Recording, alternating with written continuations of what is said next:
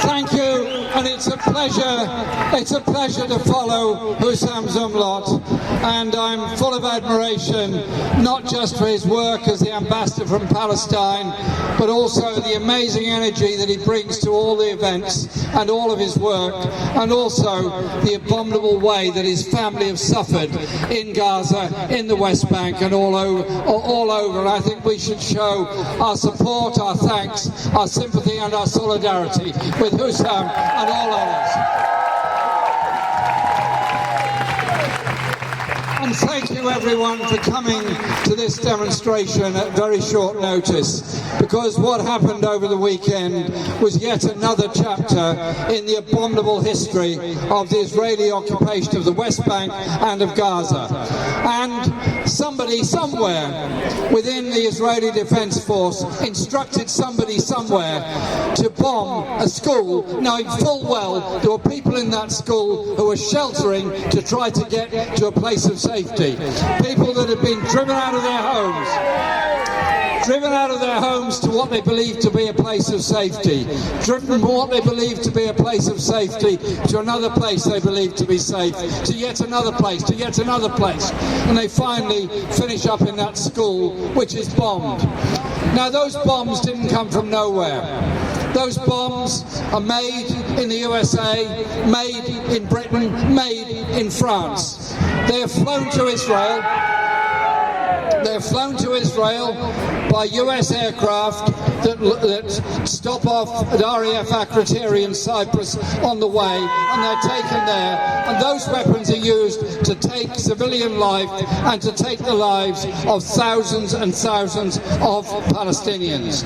And so, in our demand for a ceasefire, and that we will keep on and on making as long as it takes, it has to be linked also to an end to the arms supplies to Israel by British companies and by Britain,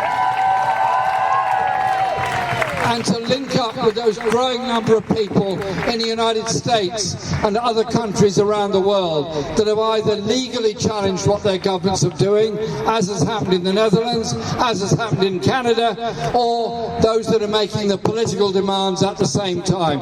We have to keep on making those demands. And whilst we got an inkling of an idea from the Foreign Office that they might be about to take action on the licenses of arms to be delivered to Israel, they suddenly delayed that statement because, in quotes, their concerns, close quotes, about the situation in the whole region, such as the impending stress with Iran and with Lebanon and with other countries in the region. Well, no, don't worry, it's their statement, not mine. Please don't. I admire your enthusiasm, but your accuracy is wrong, my friend. What I just want to say is this, that we have to keep on making that demand for an end to arms supplies to Israel and an end to the security cooperation. Because that endless overflying of Gaza by the Royal Air Force, what is it for? Where's the information going? Who's it being sent to? And who is it supporting in what it's doing? If we're serious, and we are, about defending the Palestinian people and their rights to just survive, then it has to be an end to arms supplies to Israel now. And I'm just thinking, and I'll conclude with this, I was just thinking that try and imagine another country somewhere in the world, another country that has been found wanting under the Geneva Conventions about the requirements on occupying powers, that has been found wanting by the UN General Assembly, that has been found wanting by the United Nations Security Council, that has been found wanting by the International Criminal Court against its government and its leaders, has been found wanting by the International Court of Justice on a charge of acts of genocide against the Palestinian people. Wouldn't there be some kind of sanctions taken against any other government in the world that had had that string of accusations levelled and confirmed against it? And so we must use all the arguments we can the legal arguments, the moral arguments, the arguments of decency and the arguments of peace, and just simply say this: if we carry on pouring arms into the conflict, we carry on not achieving a ceasefire, more and more Palestinian lives will be lost, more and more money will be made out of the arms trade, and another war will break out, be it with Yemen, with Lebanon, with Iran or whoever else, and the situation will get worse and worse and worse. So we have to do all that we can. That means marching, that means meeting, that means demonstrating, and that means mobilising large numbers of people. And we've been doing that with great success. What I would also say is that our marches, and there have now been 14 of them, national marches, and hundreds local events all over the country.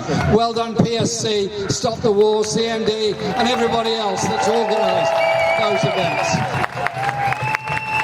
But that unity that's come together of those hundreds of thousands of people all over the country are also the same people who are the backbone of the anti-racist campaign in our society, because they link together the issues of Islamophobia and racism within our society and bring all communities together as we are here tonight.